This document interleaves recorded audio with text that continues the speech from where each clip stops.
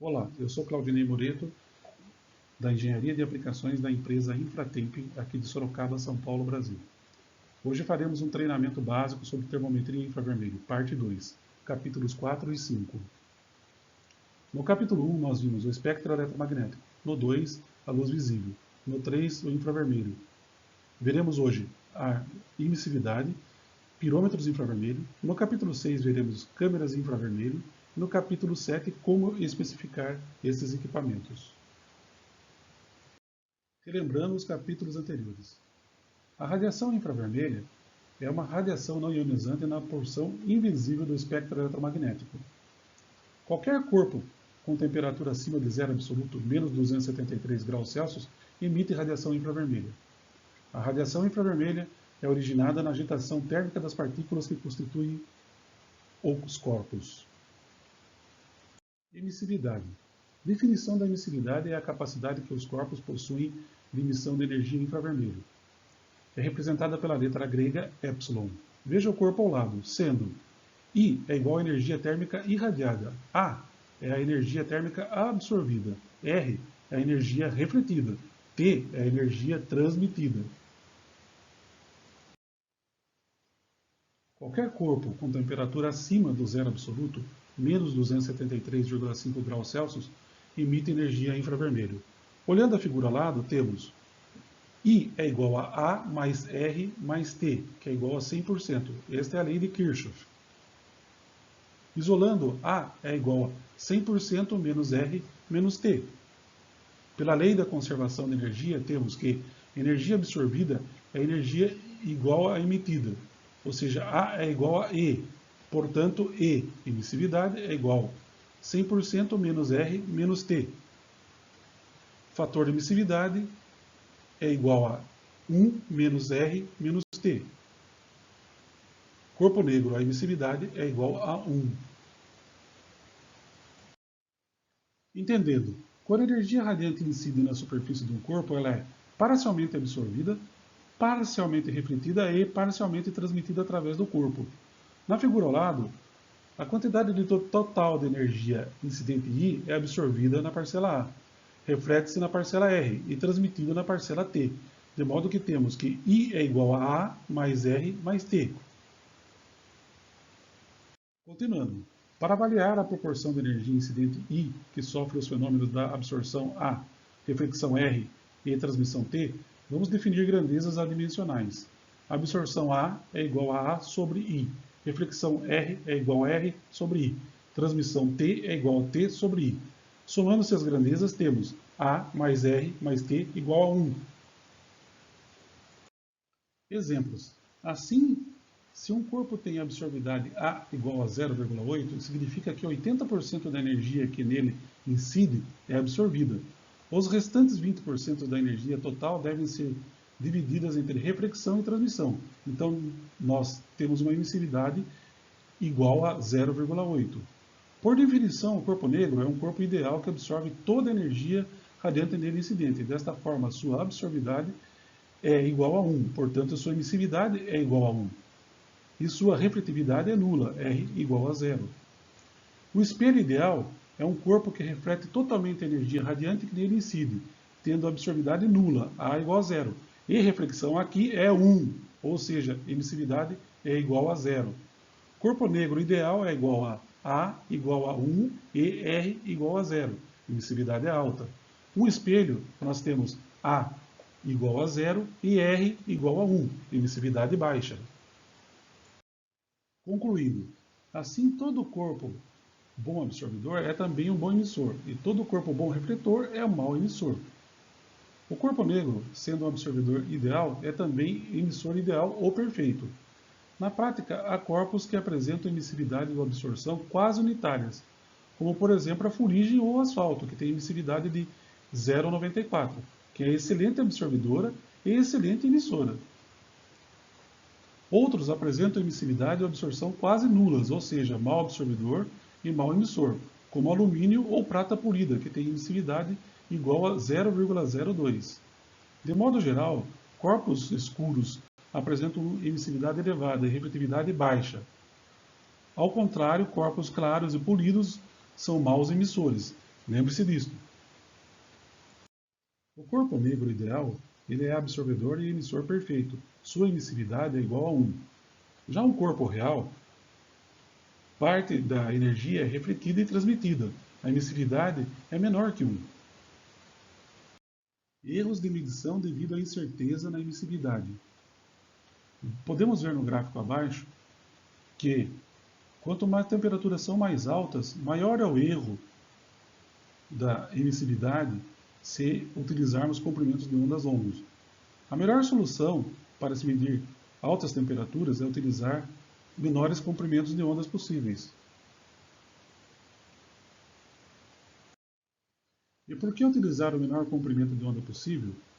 Observando o gráfico de Planck, podemos observar que em 1,5 micron, para 1050 graus, a linha marrom do gráfico, temos maior quantidade de energia. Em 10 microns, não temos essa quantidade de energia. Fatores que influenciam a emissividade. Podemos ver aqui na monitoração desse motor que temos uma placa em alumínio, que temos a interferência da reflexão. Provavelmente estamos tendo o efeito da atmosfera, com uma temperatura de menos 6 graus aí. Um dos fatores que influenciam a emissividade é a sua posição em relação ao alvo. Procure sempre estar perpendicular ao mesmo.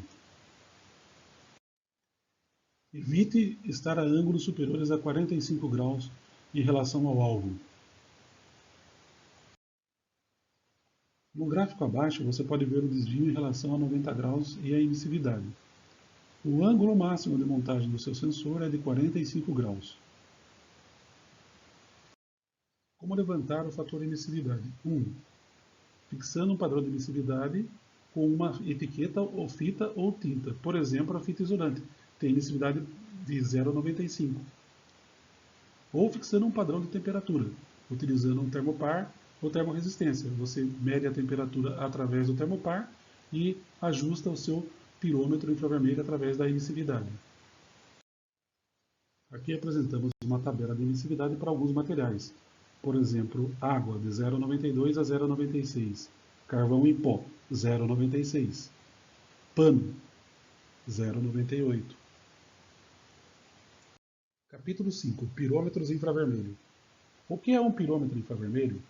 Quais as vantagens de seu uso? O que você deve ter em mente quando utiliza um pirômetro infravermelho? Como funciona um pirômetro infravermelho? Quais as diferenças entre os tipos de pirômetros infravermelho? Pirômetros de razão ou duas cores? E acessórios. O que é um pirômetro infravermelho? Um pirômetro infravermelho é um dispositivo ou um sensor que capta a radiação infravermelha de um objeto para medir a sua temperatura. Principais vantagens da medição sem contato com pirômetros infravermelhos são: tempo de resposta muito menor, não contamina e não é contaminado, vida útil muito maior, não danifica o alvo, mede alvos em movimento, pode medir objetos de difícil acesso. Medindo o que realmente interessa, o produto. Os pirômetros infravermelho medem a temperatura do produto, já os termopares medem o ambiente. Há algumas coisas a ter em mente quando se utiliza pirômetros infravermelho. 1. O objeto deve estar opticamente visível ao pirômetro infravermelho. 2. Altos níveis de poeira e fumaça podem tornar a medição menos precisa. 3. O pirômetro deve ser protegido contra poeira e líquidos condensados e, obviamente, protegido do calor irradiado com os acessórios utilizados. 4. Normalmente, apenas a temperatura da superfície pode ser medida. Como funciona o pirômetro infravermelho?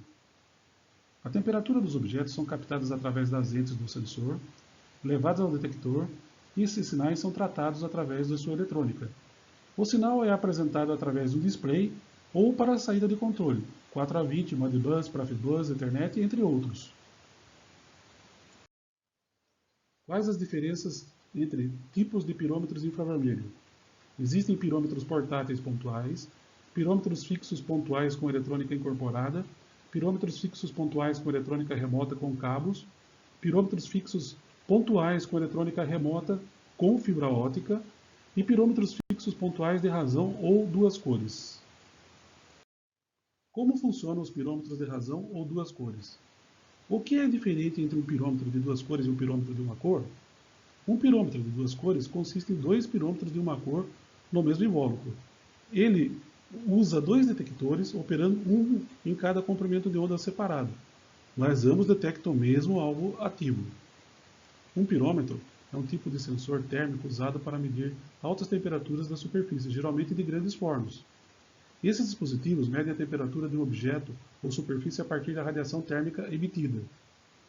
Existem muitas aplicações em que um pirômetro monocromático ou de uma cor padrão lê a temperatura incorretamente, e podemos dizer que são objetos pequenos, poeiras, janelas sujas e onde a emissividade muda muito. Medição de temperatura sem atenuação de sinal, poeira, vapor, etc. Vamos primeiro considerar o gráfico azul no exemplo abaixo. O termômetro de duas cores está olhando para um corpo negro com um valor de emissividade de 1.0 e uma temperatura de corpo negro de 1500 graus Celsius. Com base na lei de Planck, os dois detectores estão fornecendo as seguintes unidades de energia de acordo com a curva azul, com o valor de emissividade de 1.0. O detector número 1, no comprimento de onda lambda 1, dará a saída de 500 unidades. O detector 2, em diferentes comprimentos de onda lambda 2, emitirá um sinal de 1000 unidades.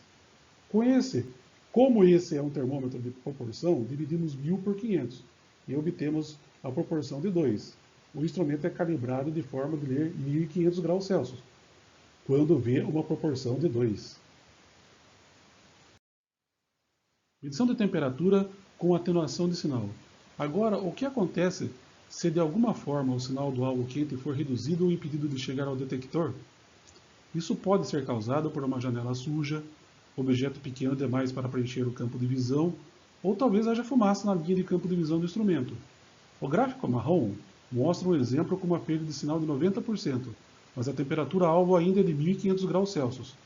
É o mesmo que se ter a emissividade aparente cair de 1.0 para 0,1. O detector número 1 emitirá um sinal de 50 unidades. O detector número 2 emitirá um sinal de 100 unidades.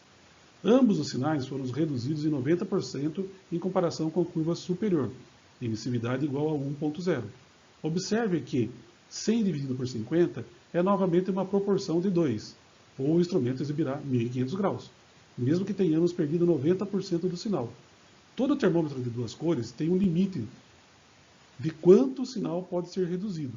Isto é chamado de atenuação, que pode variar de 0 a 95% do sinal, e ainda assim ler uma temperatura precisa.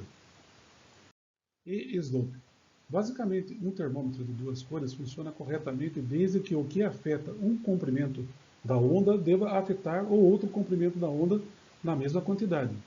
Infelizmente, existem aplicações em que a emissividade do objeto é diferente para os dois comprimentos de onda, por exemplo, medindo metais fundidos. Quando o termômetro de duas cores olha para o metal fundido, a relação do sinal fica incorreta e ocorre um erro na leitura de temperatura. Como isso pode ser corrigido? Todos os termômetros de duas cores possuem um ajuste chamado E-slope. Ao visualizar o metal fundido, o ajuste do E-slope é ajustado até que o instrumento leia a temperatura correta do metal. A temperatura correta pode ser obtida usando um termopar descartável como referência. Este ajuste simplesmente corrige a relação por uma constante que corrige a indicação do instrumento para as emissividades espectrais desiguais do alvo. Depois que o E-slope é ajustado, os problemas da fumaça, vapor, poeira e pequenos alvos, etc., são tratados corretamente pelo instrumento. Abaixo nós temos o exemplo do display de um instrumento duas cores. O modo de operação duas cores, o E-slope 1.0, temperatura baixa, 44,2 graus Celsius, e atenuação de 90%. Exemplos de acessórios para pirômetros pontuais. Nos ambientes agressivos da indústria, precisamos proteger os pirômetros. O primeiro exemplo é uma de uma jaqueta de refrigeração até 315 graus, refrigerada a água e ar. O segundo são invólucros especiais que podemos fabricar para você. O terceiro são purgas de ar para sensores compactos. Treinamento básico de termometria infravermelho, próximos capítulos. No capítulo 1, nós vimos o espectro eletromagnético. No capítulo 2, nós vimos o luz visível. No capítulo 3, o infravermelho. No capítulo 4, a emissividade. Capítulo 5, pirômetros infravermelho. Vamos ver, no capítulo 6, câmeras infravermelho. E no capítulo 7, como especificar esses equipamentos. Até lá! Em caso de dúvidas, estamos à disposição. Os principais contatos são e-mail info@infratemp.com.br e site www.infratemp.com.br. Obrigado!